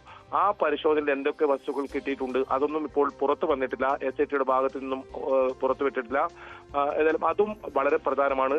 നിലവിൽ ലഭിച്ചിരിക്കുന്ന അസ്ഥികളും തലയോട്ടികളും ഒക്കെ ഇപ്പോൾ ബംഗളൂരുവിലെ ഫോറൻസിക് ലാബിലേക്ക് അയച്ചിട്ടുണ്ട്. അങ്ങനെ ഒരു സ്ഥിരീകരണം SITയുടെ ഭാഗത്തു നിന്ന് ലഭിച്ചിട്ടുണ്ട്. നിലവിൽ ലഭിച്ചിട്ടുള്ള മുഴുവൻ വസ്തുക്കളും ഇത്തരത്തിൽ പരിശോധനക്കായി അയച്ചിട്ടുണ്ട്. അത് സ്ത്രീയുടേതാണോ പുരുഷന്റേതാണോ എന്ന ഒരു നിഗമനത്തിലെത്തിയിട്ടില്ല, സ്ഥിരീകരണത്തിലെത്തിയിട്ടില്ല. അതൊക്കെ ഇനി ഈ ഒരു പരിശോധനയിലായിരിക്കും അറിയുക. വളരെ നിർണായകമായ പരിശോധന അടുത്ത ആഴ്ചയോടുകൂടി ലഭിക്കുമെന്നാണ് SIT വൃത്തങ്ങൾ പങ്കുവെക്കുന്ന വിവരം. എന്തായാലും ഇന്നത്തെ പരിശോധന 13-ലായിരിക്കുമോ എന്നതാണ് ഇപ്പോൾ ഏറ്റവും പ്രധാനം. അത് 11-ഓടുകൂടി മാത്രമേ നമുക്ക് അറിയാൻ സാധിക്കൂ. ഈ സംഘം 11-ഓടുകൂടിയാണ് ഇത്തരത്തിൽ ഈ ശുചീകരണ തൊഴിലാളിക്കും ഒപ്പം ഇവിടെ എത്താറുള്ളത്. മറ്റൊരു പ്രധാനപ്പെട്ട കാര്യം, ഒരു സാക്ഷി കൂടി ഇപ്പോൾ രംഗത്ത് വന്നിരിക്കുന്നു. 5 മൃതദേഹങ്ങൾ ഇത്തരത്തിൽ കുഴിച്ചിട്ടത് കണ്ടു എന്ന് പറയുന്ന ഒരു സാക്ഷിയാണ്. അത് ഇന്നലെയാണ് ധർമ്മസ്ഥല പോലീസിൽ ഇത് സംബന്ധിച്ച കേസ് എടുത്തിട്ടുള്ളത്. ഇയാളുടെ പരാതിയിൽ ഇനി ഇയാളുടെ മൊഴിയിലും ഈ സ്ഥലം കുഴിച്ച് പരിശോധന നടത്തുമോ? ഇയാൾ ഇത്തരത്തിൽ മൃതദേഹം കുഴിച്ചിട്ടത് കണ്ടു എന്ന് പറയുന്നുണ്ട്. ആ സ്ഥലം കുഴിച്ച് പരിശോധന SIT നടത്തുമോ? ഏതായാലും അത് കേസ് രജിസ്റ്റർ ചെയ്തിട്ടുണ്ട്. അത് SITക്ക് ഇനി കൈമാറും. SIT സംബന്ധിച്ച അന്വേഷണം നടത്തുമെന്നാണ് നമുക്കറിയാൻ സാധിക്കുന്നത്. അതിനു മുമ്പ് ഭീമ ചൂണ്ടിക്കാട്ടിയ സ്ഥലങ്ങൾ അത് എല്ലാം പരിശോധിക്കുമെന്നാണ് SIT പറയുന്നത്. എന്തായാലും ഈ കാര്യത്തിൽ കൂടുതൽ തെളിവ് ലഭിച്ചിട്ടുണ്ട് എന്നതിന്റെ ഏറ്റവും വലിയ ഉദാഹരണമായി മാറുകയാണ് ഈ SITക്ക് ഫലത്തിൽ ഒരു പോലീസ് സ്റ്റേഷനായി മാറുന്നു എന്നത്. ആ ഒരു പ്രഖ്യാപനം ആഭ്യന്തര വകുപ്പ് ഉത്തരവിറക്കിയ ആ സംഭവം ഇന്നത്തെ പരിശോധന വളരെ പ്രധാനമാണ്. ഏതായാലും 11-ഓടുകൂടി മാത്രമേ നമുക്ക് അതിലൊരു സ്ഥിരീകരണം ഉണ്ടാകൂ. അനുശ്രീ, ബൈജു, മറ്റൊരു സാക്ഷി കൂടി മുന്നിലേക്ക് വരുന്നു എന്ന് പറയുമ്പോൾ ഇപ്പോൾ പരിശോധന നടക്കുന്ന ഇടത്തല്ലാതെ മറ്റിടങ്ങളിലും മൃതദേഹങ്ങൾ കുഴിച്ചു മൂടിയിട്ടുണ്ട് എന്ന് വേണോ കരുതാൻ?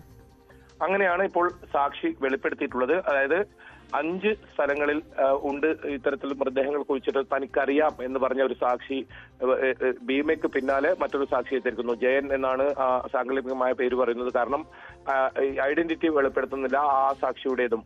വലിയ തോതിലുള്ള ഇത്തരത്തിലുള്ള ജീവന് ഭീഷണിയുണ്ട്. ഇവിടെ ഇത്തരം വെളിപ്പെടുത്തലുകൾ നടത്തുന്നവർക്കും മാധ്യമപ്രവർത്തനം നടത്തുന്നവർക്കും ഒക്കെ വലിയ തോതിലുള്ള ജീവന് ഭീഷണിയുണ്ട്.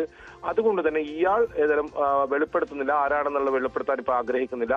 പക്ഷെ കൃത്യമായ മൊഴി നൽകിയിട്ടുണ്ട്. വളരെ വിശ്വാസയോഗ്യമായ രീതിയിലുള്ള മൊഴി നൽകിയിട്ടുണ്ടെന്നാണ് നമുക്ക് മനസ്സിലാക്കാൻ സാധിക്കുന്നത്. ഇയാളുടെ പരാതിയും ഇയാളുടെ ഈ ഒരു വെളിപ്പെടുത്തലും വളരെ ഗൗരവമായി തന്നെ SIT അന്വേഷിക്കുമെന്നാണ് ഇപ്പോൾ മനസ്സിലാക്കാൻ സാധിക്കുന്നത്. അങ്ങനെയാണെങ്കിൽ ഭീമയ്ക്ക് പിന്നാലെ തന്നെ ജയൻ എന്ന ഒരു സാക്ഷി കൂടി ഇപ്പോൾ ധർമ്മസ്ഥലയിൽ എത്തിയിരിക്കുന്നു. കൂടുതൽ സാക്ഷികൾ പുറത്തു വരുന്ന ഒരു സാഹചര്യം. SITയുടെ പരിശോധനയാണെങ്കിൽ വളരെ കൃത്യമായി ശാസ്ത്രീയമായ തെളിവുകൾ ശേഖരിച്ച് ഇതുവരെയുള്ള അന്വേഷണ പുരോഗതി എല്ലാം റിപ്പോർട്ടായി ഇപ്പോൾ സമർപ്പിച്ചിരിക്കുന്നു. ലഭിച്ചിരിക്കുന്ന വസ്തുക്കൾ, തലയോട്ടി ഉൾപ്പെടെയുള്ള വസ്തുക്കൾ, മനുഷ്യന്റെ വസ്തുക്കൾ, അതെല്ലാം ഫോറൻസിക് ലാബിലേക്ക് അയച്ചിരിക്കുന്നു. അത്തരം പ്രവർത്തികളെല്ലാം പൂർത്തിയായിട്ടുണ്ട്. ഇന്നത്തെ പരിശോധന അത് വളരെ സുപ്രധാനമാണ്. ഇനി 13ാം പോയിന്റ് ഇത്തരത്തിൽ പരിശോധന നടത്തും. അതല്ല കുഴിച്ച് തന്നെ ഈ 13ാം പോയിന്റിലെ പരിശോധന ഇന്ന് ഉണ്ടാകുമോ? ഏതായാലും ഞായറാഴ്ചകളിൽ പരിശോധന കഴിഞ്ഞ ദിവസങ്ങളിലൊന്നും ഉണ്ടായിരുന്നില്ല. നാളെ പരിശോധന ഉണ്ടാകാൻ സാധ്യതയില്ല. അതുകൊണ്ട് പരമാവധി സമയം നേരത്തെ എത്തി ഇന്ന് പരിശോധന നടത്താനായിരിക്കും SIT ആലോചിക്കുക. നാളെ പ്രത്യേകിച്ച് കൂടിയാലോചനകളാണ്. ഇനി ഏത് രീതിയിൽ മുന്നോട്ട് പോകണം SITക്ക് എന്നെ സംബന്ധിച്ചൊക്കെയുള്ള കൂടിയാലോചനകളാണ് ഞായറാഴ്ച ഉണ്ടാകാറുള്ളത്. ഇന്ന് ഒരു 11:15 കൂടി എത്തുമെന്നാണ് പ്രതീക്ഷിക്കുന്നത്. എന്തായാലും നേത്രാവതി പുഴയുടെ തീരത്ത് സ്നാനഘട്ടിക്ക് സമീപമാണ് ഈ 13ാം പോയിന്റ്. ആദ്യഘട്ടത്തിൽ അടയാളപ്പെടുത്തിയ പോയിന്റിൽ ഏറ്റവും അവസാനത്തേത് 1 മുതൽ 13, 12 വരെയുള്ള പരിശോധന പൂർത്തിയായി. അതുകൂടാതെ 11A എന്ന പുതിയൊരു ഇടം, മറ്റൊന്ന് ഇന്നലെ ഒരു സർപ്രൈസ് സ്പോട്ട്, ഇത്രയും സ്ഥലങ്ങളാണ് പരിശോധിച്ചിട്ടുള്ളത്. അതായത് 14 ഇടങ്ങളിൽ ഇപ്പോൾ പരിശോധിച്ചിരിക്കുന്നു. വളരെ പ്രധാനപ്പെട്ട 14ഉം 15ഉം നേരത്തെ അടയാളപ്പെടുത്തിയ സ്ഥലങ്ങളുണ്ട്. അത് സ്വകാര്യ വ്യക്തിയുടെ പറമ്പിലാണ്. ആ സ്ഥലങ്ങളിലും കോടതി ഉത്തരവോടുകൂടി പരിശോധിക്കുമെന്നാണ് SIT അറിയിച്ചിട്ടുള്ളത്. ആ ഉത്തരവ്, കോടതി ഉത്തരവ് ലഭിച്ചിട്ടുണ്ടെന്നാണ് മനസ്സിലാക്കുന്നത്. അങ്ങനെയാണെങ്കിൽ ഇനി 13 ഒഴിവാക്കി 14 എന്ന് പറയുന്ന സ്വകാര്യ വ്യക്തിയുടെ സ്ഥലത്തേക്ക് ഇന്ന് SIT പോകുമോ? അതെല്ലാം നിർണായകമാണ്. എന്തായാലും ഒരു 11 മണിയോട് കാത്തിരിക്കേണ്ടി വരും. 10 മണിയോട് കൂടിയാണ് ഈ ഭീമ ശുചീകരണ തൊഴിലാളി ഇത്തരത്തിൽ SIT ഓഫീസിൽ എത്താറുള്ളത്, ബെൽത്തങ്ങാടിയുടെ. പിന്നീട് അരമണിക്കൂർ കൂടി കാഴ്ച നടത്തി അതിനുശേഷമാണ് ഈ തെളിവെടുപ്പിനായി എത്തുന്ന ഒരു പതിവ് ഉണ്ടായിരുന്നത്. ഇന്ന് ഏത് സർപ്രൈസ് സ്പോട്ടിൽ പരിശോധന നടത്തും, 13ൽ പരിശോധന നടത്തുമോ, അത് തന്നെയാണ് കാത്തിരിക്കുന്നതും. അനുശ്രീ. ശരി, ധർമ്മസ്ഥല കൊലപാതക പരമ്പര കേസ് അന്വേഷണത്തിൽ SITക്ക് പ്രത്യേക അധികാരം നൽകിയെന്നുള്ള വാർത്തകളാണ് പുറത്തുവരുന്നത്. അതേപോലെ തന്നെ മറ്റൊരു സാക്ഷിയും പുറത്തു വന്നിരിക്കുകയാണ്. KV ബൈജു ആണ് വിവരങ്ങൾ നൽകിയത്. മറ്റു വാർത്തകളിലേക്ക് പോകുമ്പോൾ, ഭാര്യയുടെ ഗർഭപരിചരണത്തിന് പരോൾ അനുവദിക്കാൻ കഴിയില്ലെന്ന് ഹൈക്കോടതി. വിയൂർ സെൻട്രൽ ജയിലിൽ കൊലപാതക കേസിൽ ജീവപര്യന്തം തടവനുഭവിക്കുന്ന ഭർത്താവിന് പരോൾ നൽകണമെന്ന ഭാര്യയുടെ ആവശ്യമാണ് കോടതി തള്ളിയത്. കണ്ണൂർ സ്വദേശിനിയാണ് ഈ ആവശ്യവുമായി ബന്ധപ്പെട്ട് ഹൈക്കോടതിയെ സമീപിച്ചത്. തടവറ എന്നാൽ ഭൗതികമായ ആവശ്യങ്ങളുടെ നിയന്ത്രണം മാത്രമല്ല, പൗരന്മാർ അനുഭവിക്കുന്ന മൗലിക അവകാശങ്ങളുടെ കൂടി നിയന്ത്രണമാണെന്നും ജസ്റ്റിസ് PV കുഞ്ഞികൃഷ്ണൻ ഉത്തരവിൽ വ്യക്തമാക്കി. ഇനി ഒരു ഇടവേളയാണ്. ഇടവേളയ്ക്ക് ശേഷം മടങ്ങിയെത്താം.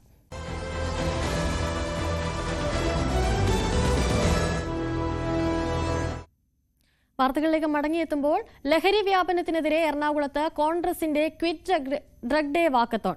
ലഹരി ഉപയോഗം തടയുന്നതിൽ സർക്കാർ നിസ്സംഗത പാലിക്കുകയാണെന്ന് വാക്കത്തോൺ ഉദ്ഘാടനം ചെയ്ത് AICC general secretary KC Venugopal വിമർശിച്ചു. ഒരു കാലത്ത് പഞ്ചാബായിരുന്നു ലഹരിയുടെ കേന്ദ്രമെങ്കിൽ ഇപ്പോൾ കേരളമാണെന്നും KC വേണുഗോപാൽ പറഞ്ഞു. നവമി ദിനേശ് വിവരങ്ങളുമായി ചേരുന്നുണ്ട്. നവമി, ലഹരിക്കെതിരെ സർക്കാർ ആന്റി ഡ്രഗ് ക്യാമ്പയിനുകൾ സംഘടിപ്പിക്കുന്നു.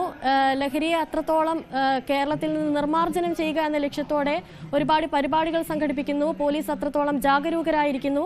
ആ ഒരു സാഹചര്യത്തിലാണ് ഇത്തരം ഒരു വിമർശനം ഉയരുന്നത്. കേരള സർക്കാരിനെ പിഴച്ചു എന്നൊരു ഇതാണോ മുന്നോട്ട് വെക്കുന്നത് KC വേണുഗോപാൽ?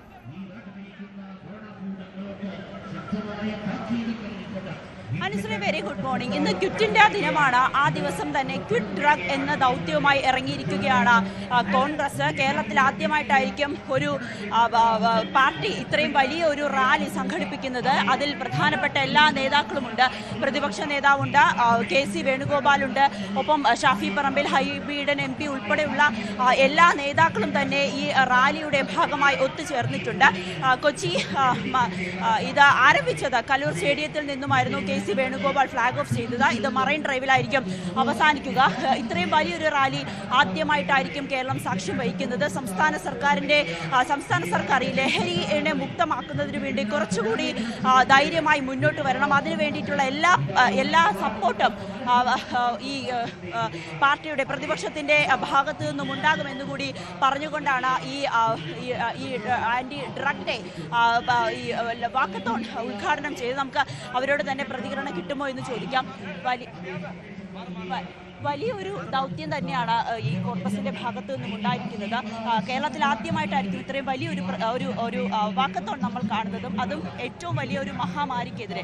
എന്താണ് ഇതിൽ പറയുന്നത്? ഇത് ഒരു രണ്ട് കൈൻഡ് ഓഫ് അപ്രോച്ച് ആണ്. ഒന്ന്, ഇതൊരു ബോധവൽക്കരണം തന്നെയാണ്. ജനങ്ങൾ ഒന്നിച്ച് അണിനിരക്കേണ്ടതും ജനങ്ങൾ ഒന്നിച്ച് ഇടതടവുകളില്ലാതെ പോരാടേണ്ടതുമായിട്ടുള്ള ഒരു കാര്യമാണ് എന്നുള്ള ബോധത്തിൽ അതും ക്വിറ്റ് ഇന്ത്യ ദിനത്തിന്റെ ഒരു പ്രത്യേകത നമുക്കറിയാം. രാജ്യത്തിന്റെ സ്വാതന്ത്ര്യ സമര പോരാട്ടത്തിന്റെ നിർണായകമായ ഒരു വഴിത്തിരിവുണ്ടാക്കിയ ദിവസമാണ്. Do or die. ആ ഒരു സിറ്റുവേഷനിലാണ് ലഹരിയുടെ കാര്യത്തിൽ ഇപ്പൊ കേരളം ഉള്ളത്. അതേസമയം തന്നെ ഇതൊരു ബോധവൽക്കരണത്തിൽ ഒതുങ്ങി നിൽക്കുന്നില്ല, ഇതൊരു പോരാട്ടമാണ്. ഈ വ്യാപനം ഇപ്പൊ നമ്മൾ വാർത്തകൾ ശ്രദ്ധിക്കുക. ആ ലഹരിയുമായി ബന്ധപ്പെട്ട കുറച്ചു ദിവസം വാർത്തകൾ ഉണ്ടായപ്പോൾ സർക്കാരിന്റെ കുറച്ച് നടപടികളൊക്കെ നമ്മൾ കണ്ടു. ഇപ്പൊ അത് നമ്മുടെ അറ്റൻഷനിലേക്ക് വരുന്നുണ്ടോ? അത് പിന്നെയും താഴെ പോയി. അപ്പൊ അങ്ങനെ എപ്പോഴെങ്കിലും ഒരു സീസണൽ ഇടപെടൽ നടത്തിയാൽ പോരാ. ഇതിന്റെ വ്യാപനം ഇത്ര ഗുരുതരമായി എന്ന് വെച്ചാൽ വീടിനകത്ത് രക്ഷിതാക്കൾ മക്കളാൽ കൊല്ലപ്പെടുന്ന വാർത്ത കേരളത്തിൽ വായിക്കേണ്ടിയും കാണേണ്ടിയും വരുന്ന അവസ്ഥ ഉണ്ടാവുകയല്ലേ? അതിൽ ഗവൺമെന്റ് വിളിച്ച ഇപ്പൊ ലഹരി ഉപയോഗിച്ച കൈവശം വെച്ച കുറച്ച് ആളുകളെ അറസ്റ്റ് ചെയ്തു. ഇതിന്റെ സപ്ലൈ ചെയിൻ ഇതുവരെ മുറിഞ്ഞു പോയിട്ടില്ല. ഇപ്പോഴും യഥേഷ്ടം ഇതിന്റെ വിതരണം കേരളത്തിൽ നടന്നുകൊണ്ടിരിക്കുകയാണ്. അപ്പൊ അതിനെതിരായിട്ടുള്ള ഗവൺമെന്റ് വീഴ്ചക്കെതിരായിട്ടുള്ള ഒരു പോരാട്ടം കൂടിയാണ് ഇത് കേരളത്തിന്റെ ലഹരിക്കെതിരായിട്ടുള്ള അന്തിമ പോരാട്ടത്തിന്റെ തുടക്കമാണെന്ന് പറയാൻ ഞങ്ങൾ ആഗ്രഹിക്കുന്നു. ഞങ്ങൾ നിരന്തരം ലഹരിക്കെതിരായിട്ടുള്ള പരിപാടികൾ അവതരിപ്പിച്ചു വരുന്നുണ്ട്. പക്ഷെ ഇത് ഒരു അന്തിമ പോരാട്ടത്തിന്റെ തുടക്കമാണ്. വലിയ പിന്തുണയാണ് ജനങ്ങളുടെ ഭാഗത്തുനിന്നുണ്ടായത്. ഈ പുലർച്ചെ അതുപോലെ തന്നെ ഒരുപാട് മഴ ഉൾപ്പെടെയുള്ള ഒരുപാട് കാലാവസ്ഥാ പ്രയാസങ്ങളൊക്കെ ഉള്ളപ്പോൾ ആയിരക്കണക്കിന് ആളുകളാണ് അണിനിരന്നിട്ടുള്ളത്. ഇത് ഞങ്ങളുടെ ആത്മവിശ്വാസം വർദ്ധിപ്പിക്കുന്നു. ഇതിന് തുടർച്ചയുണ്ടാവും. എന്തായാലും പ്രധാനപ്പെട്ട കാര്യം തന്നെയാണ് ഷാഫി പറമ്പിൽ MP പറഞ്ഞത്. കേരളം ഇപ്പോൾ വീണ്ടും ലഹരിയുടെ പിടി മുറുക്കിയിരിക്കുകയാണ്. സംസ്ഥാന സർക്കാരിന്റെ അന്വേഷണം അല്ലെങ്കിൽ പോലീസിന്റെ ഒരു നിരീക്ഷണമൊക്കെ അല്പം ഒരു അലംഭാവം വന്നിട്ടുണ്ട് എന്നൊരു സംശയം കൂടി പ്രതിപക്ഷം ഉന്നയിക്കുന്നുണ്ട്. പക്ഷേ ഇതൊരു തുടക്കമായി തന്നെ മുന്നോട്ട് പോകാൻ തന്നെയാണ് പ്രതിപക്ഷം തീരുമാനിച്ചിരിക്കുകയും ചെയ്തിരിക്കുന്നത്. ഷാഫി പറമ്പിൽ MP, അൻവർ സാദത്ത് MLA ഉൾപ്പെടെയുള്ള കോൺഗ്രസിന്റെ പ്രധാനപ്പെട്ട നേതാക്കൾ എല്ലാവരും തന്നെ ഈ വലിയ വാക്കത്തോന്റെ ഭാഗമായി അണിചേരുന്നുണ്ട്. കോൺഗ്രസ് ഒപ്പം തന്നെ KSU യൂത്ത് കോൺഗ്രസിന്റെ നേതാക്കൾ എല്ലാവരും തന്നെ ഇവിടെ എത്തിയിട്ടുമുണ്ട്. അനുശ്രീ, ശരി. ലഹരി വ്യാപനത്തിനെതിരെ എറണാകുളത്ത് കോൺഗ്രസിന്റെ ക്വിറ്റ് ഡ്രഗ് ഡേ വാക്കത്തോണാണ് പുരോഗമിക്കുന്നത്. നവമി ദിനേശാണ് കൂടുതൽ വിവരങ്ങൾ നൽകിയത്. കാസർഗോഡ് 10ാം ക്ലാസ്സുകാരനെ +1 വിദ്യാർത്ഥികൾ സംഘം ചേർന്ന് മർദ്ദിച്ചതിൽ അന്വേഷണം ആരംഭിച്ച് പോലീസ്. ഹോസ്ദുർഗ് പോലീസ് മർദ്ദനമേറ്റ കുട്ടിയുടെ മൊഴി രേഖപ്പെടുത്തി. മർദ്ദനമേറ്റ കാഞ്ഞങ്ങാട് ബല്ല സ്കൂൾ വിദ്യാർത്ഥി ചികിത്സയിലാണ്. +1 വിദ്യാർത്ഥികളായ 6 പേർ ചേർന്നാണ് 10ാം ക്ലാസ്സുകാരനെ ക്രൂരമായി മർദ്ദിച്ച് വഴിയിൽ തള്ളിയത്. ബോധരഹിതനായ വിദ്യാർത്ഥിയുടെ നാവിന് പരുക്കേറ്റു. തലയ്ക്കും താടിയെല്ലിനും കടുത്ത വേദനയുള്ളതായും കുട്ടി പറഞ്ഞു. നിയമം ലംഘിച്ച് ബല്ല സ്കൂളിലെ +1 വിദ്യാർത്ഥി കാഞ്ഞങ്ങാട്ടെ കളിസ്ഥലത്തേക്ക് ഹെൽമറ്റില്ലാതെ ബൈക്ക് ഓടിച്ചു പോകുമ്പോൾ പോലീസ് പിടികൂടിയിരുന്നു. ഇതിന് കാരണം 10ാം ക്ലാസ്സുകാരൻ കളിസ്ഥലത്തേക്ക് ക്ഷണിച്ചതെന്ന് ആരോപിച്ചായിരുന്നു ക്രൂരമർദ്ദനം. മർദ്ദനത്തിന് മുൻപ് ഇൻസ്റ്റഗ്രാം വഴി ഭീഷണിപ്പെടുത്തുകയും ചെയ്തു. ഞാൻ കുറച്ച് ദിവസം മുമ്പ് കളിക്ക് പോയിട്ടുണ്ടായി, കളി കാണാൻ പോയിട്ടുണ്ടായി. അപ്പൊ അവിടെ ഇവനെ കൂടി കളിക്ക് ക്ഷണിച്ചു. അപ്പൊ ഈ കളിക്കുമ്പോ വന്നിട്ടാകുമ്പോ ഞാനല്ല ക്ഷണിച്ചത്. ഇവൻ കളിക്ക് വരുമ്പോ വണ്ടി എടുത്തിട്ടാ വന്നത്. അപ്പൊ ഇവനെ പോലീസ് വിളിച്ചു. അപ്പൊ ഞാനത് ഓനെ ക്ഷണിച്ചത് തെറ്റിദ്ധാരണയില് ഓരെന്നെ വിളിച്ചിട്ട് കുറച്ച് തെറി വിളിക്കാൻ ചെയ്തി. അങ്ങനെ കുറച്ച് ഭീഷണികളുണ്ടായി. അതിന്റെ മുന്നിലാണ് ഈ തല്ല് നടന്നത്. സ്കൂളിന് സമീപത്തുള്ള ഇടവഴിയിൽ വെച്ചായിരുന്നു മർദ്ദനം. സംഭവത്തിൽ അന്വേഷണം ആരംഭിച്ച ഹോസ്ദുർഗ് പോലീസ് 10ാം ക്ലാസ്സുകാരന്റെ മൊഴി രേഖപ്പെടുത്തി. നിയമ നടപടികളുമായി മുന്നോട്ടു പോകുമെന്ന് കുട്ടിയുടെ രക്ഷിതാക്കളും പറഞ്ഞു. ന്യൂസ് 18 കാസർഗോഡ്. പാലക്കാട് കൊപ്പം പുളാശ്ശേരി വളവിൽ അപകടങ്ങൾ കുറയ്ക്കാൻ നടപടി. പ്രദേശത്ത് മുന്നറിയിപ്പ് ബോർഡുകൾ സ്ഥാപിച്ചു. രാത്രികാലങ്ങളിലും കാണാൻ കഴിയുന്ന റിഫ്ലക്ടർ ബോർഡുകളാണ് സ്ഥാപിച്ചത്. സ്ഥിരം അപകട മേഖലയാണ് പുലാശ്ശേരി വളവ്. വലിയ വളവുകളും ഇറക്കവുമുള്ള പ്രദേശം. നിരവധി വാഹനാപകടങ്ങൾ ഉണ്ടായിട്ടുണ്ട് ഇവിടെ. ഒട്ടേറെ പേർക്ക് ജീവനും നഷ്ടമായി. പരിക്കേറ്റവരും നിരവധി. വളാഞ്ചേരിയിലേക്കുള്ള പ്രധാന പാതയായതിനാൽ ചെറുതും വലുതുമായ നിരവധി വാഹനങ്ങളാണ് ഇതിലൂടെ കടന്നുപോകുന്നത്. വീതി കുറഞ്ഞ റോഡിലൂടെ വാഹനങ്ങൾ ചീറിപ്പായുന്നതും അപകടങ്ങൾക്ക് ആക്കം കൂട്ടുന്നു. രാത്രികാലങ്ങളിലാണ് കൂടുതലും അപകടങ്ങൾ സംഭവിക്കുക. സിഗ്നൽ എല്ലാം റെഡിയാണ്. ഇതൊന്നും അവിടെ സ്ഥാപിക്കാൻ ഇതുവരെ ഒരു നടപടിയും ആരുടെ ഭാഗത്തുനിന്നുണ്ടാവില്ല. നമ്മൾ ഇതിന്റെ ഭാഗമായി നിരന്തരമായി ഓരോ ഓഫീസുമായി കയറി ഇറങ്ങും. കൊപ്പത്ത് മണിക്കൂറുകളോളം ഒരു ലക്ഷ്യമില്ലാതെ ആളുകള് ക്യൂ നിൽക്കുകയാണ്. വണ്ടികൾ അല്ലെങ്കിൽ പിന്നെ ഒരു കാര്യം ചെയ്യുന്നത്, പഞ്ചായത്തിന് അധികാരം തന്നാൽ ഞങ്ങളിത് വെച്ചോളാം, ഒരു പ്രശ്നമില്ല. ഈ ഒരു വലിയ ബുദ്ധിമുട്ട് അടിയന്തരമായി ഇടപെട്ട് പരിഹരിക്കേണ്ടതുണ്ട്. സ്ഥിരം അപകട മേഖലയായതോടെയാണ് പരിഹാര നടപടികൾക്ക് തുടക്കമിട്ടത്. PWD അധികൃതർ പ്രദേശത്ത് മുന്നറിയിപ്പ് ബോർഡുകൾ സ്ഥാപിച്ചു.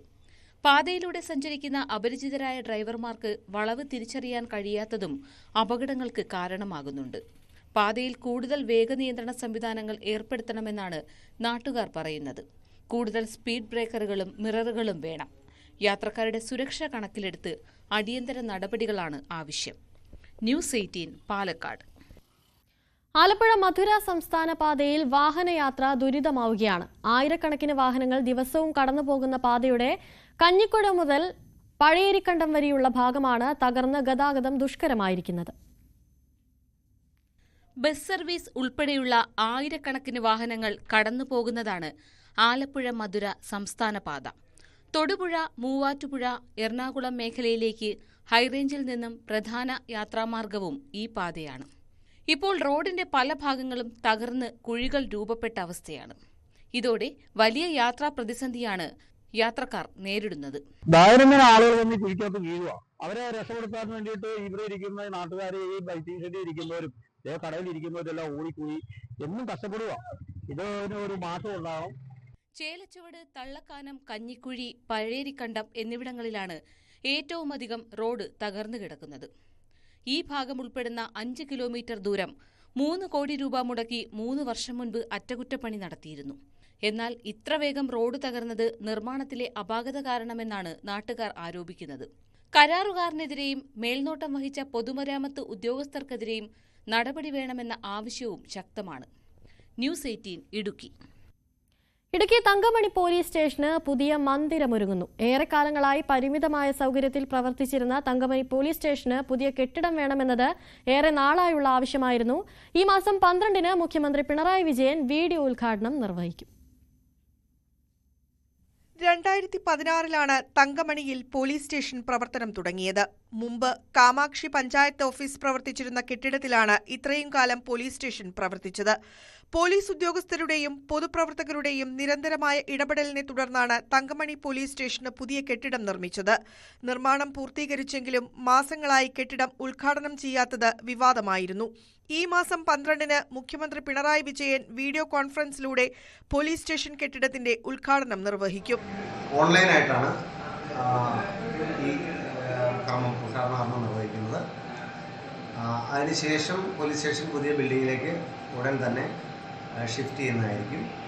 ഉച്ചകഴിഞ്ഞ് 2:30 മണിക്ക് ബസ് സ്റ്റാൻഡ് മൈതാനിയിലാണ് ഇതിൻ്റെ ഫംഗ്ഷനും മറ്റു കാര്യങ്ങളെല്ലാം നടക്കുന്നത്. രാഷ്ട്രീയ രംഗത്തെയും അതുപോലെ പൊതുപ്രവർത്തന രംഗത്തെയും അതുപോലെ പോലീസിലെ ഉന്നത അധികാരികളെല്ലാം തന്നെ ചടങ്ങിന് സന്നിഹിതരായിരിക്കും. തങ്കമണി ബസ് സ്റ്റാൻഡ് മൈതാനത്ത് നടക്കുന്ന സമ്മേളനത്തിൽ മന്ത്രി റോഷി അഗസ്റ്റിൻ അധ്യക്ഷനാകും. DGP റവാഡ ചന്ദ്രശേഖർ മുഖ്യപ്രഭാഷണം നടത്തും. Idukki MP advocate Dean Kuriakose, MM മണി MLA, ഇടുക്കി ജില്ലാ പഞ്ചായത്ത് പ്രസിഡന്റ് രാജുചൻ നീറാണുകുന്നേൽ, ജില്ലാ police superintendent KM Sabu Mathew തുടങ്ങിയവരും പങ്കെടുക്കും. ന്യൂസ് 18 ഇടുക്കി. ചെറിയൊരിടവേളയാണ്. ഇടവേളയ്ക്ക് ശേഷം മടങ്ങിയെത്താം. നമ്മളെല്ലാവരും യാത്രകൾ പോകാൻ ഇഷ്ടപ്പെടുന്ന ആളുകളായിരിക്കും അല്ലേ? അത്തരത്തിൽ യാത്ര പോകാൻ പറ്റിയൊരിടത്തെ പരിചയപ്പെടാം. മഴക്കാലം എത്തിയതോടെ സഞ്ചാരികളുടെ മനം കവരുകയാണ് അയ്യപ്പൻ കോവിൽ തൂക്കുപാലം. നീണ്ടു പരന്നു കിടക്കുന്ന നീല ജലാശയത്തിന് കുറുകെ 2 പഞ്ചായത്തുകളെ ബന്ധിപ്പിക്കുന്ന കൂറ്റൻ തൂക്കുപാലമാണിത്. മുല്ലപ്പെരിയാറിൽ നിന്നുൾപ്പെടെ എത്തുന്ന 3 പുഴകളുടെ സംഗമ കേന്ദ്രം കൂടിയാണ് ഇവിടം.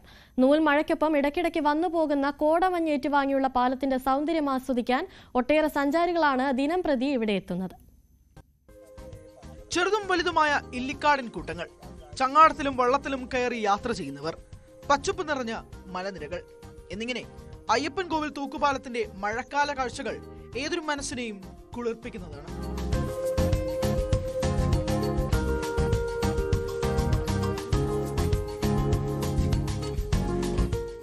മഴക്കാലത്തും വേനൽക്കാലത്തും സൗന്ദര്യത്തിൽ വിട്ടുവീഴ്ചയില്ല എന്നതാണ് അയ്യപ്പൻ കോവിൽ തൂക്കുപാലത്തിന്റെ പ്രധാന സവിശേഷതകളിലൊന്ന്.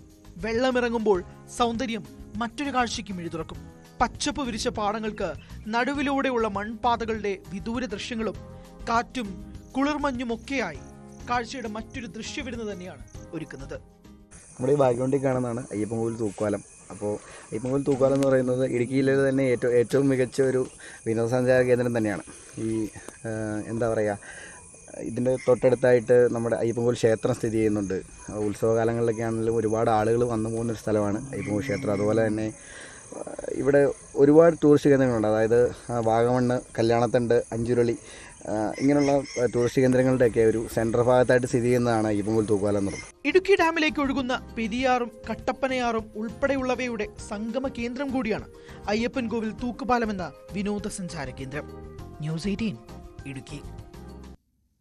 ഇന്നത്തെ സ്പെഷ്യൽ ഡേ വിഷസ് നോക്കാം. തിരുവനന്തപുരം സ്വദേശി സുമേഷ് SLന്റെ പിറന്നാളാണെന്ന് അഡ്മിൻ ഡിപ്പാർട്ട്മെന്റിലെ ശരണ്യയുടെ ഭർത്താവാണ് സുമേഷ്. സുമേഷിന് ന്യൂസ് 18ന്റെ പേരിലും ഞങ്ങളുടെ എല്ലാവരുടെയും പേരിൽ പിറന്നാൾ ആശംസകൾ നേരുകയാണ്.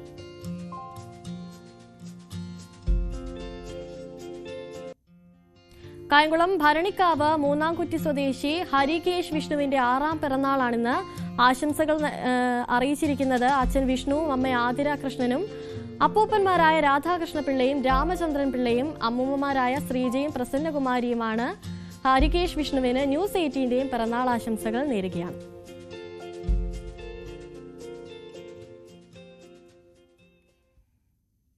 രാവിലെ പൂർണ്ണമാവുകയാണ്.